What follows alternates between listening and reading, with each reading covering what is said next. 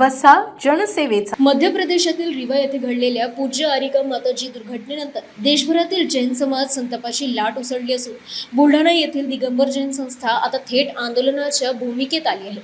विहारात जैन साधू संत सुरक्षित नसते तर देशातील अध्यात्म सुरक्षित कसे असा थेट सवाल उपस्थित करत संस्थेने राष्ट्रपती, पंतप्रधान, केंद्रीय गृहमंत्री आणि महाराष्ट्राचे मुख्यमंत्री यांच्याकडे कठोर कारवाईची मागणी केली आहे। दिनांक 25 मे रोजी पाठवण्यात आलेल्या निवेदनात 20 मे रोजी रीवा जिल्ह्यात घडलेल्या दुर्घटनेत पूज्य आरिकांचे निधन झाल्याचा उल्लेख करत संपूर्ण प्रकरणाची उच्चस्तरीय, निष्पक्ष आणि पारदर्शी चौकशी करण्याची मागणी करण्यात आली।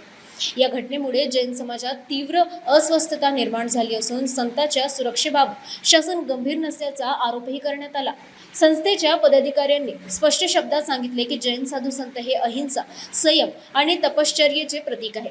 ते कोणतीही शासकीय सुरक्षा न घेता पायी विहार करतात।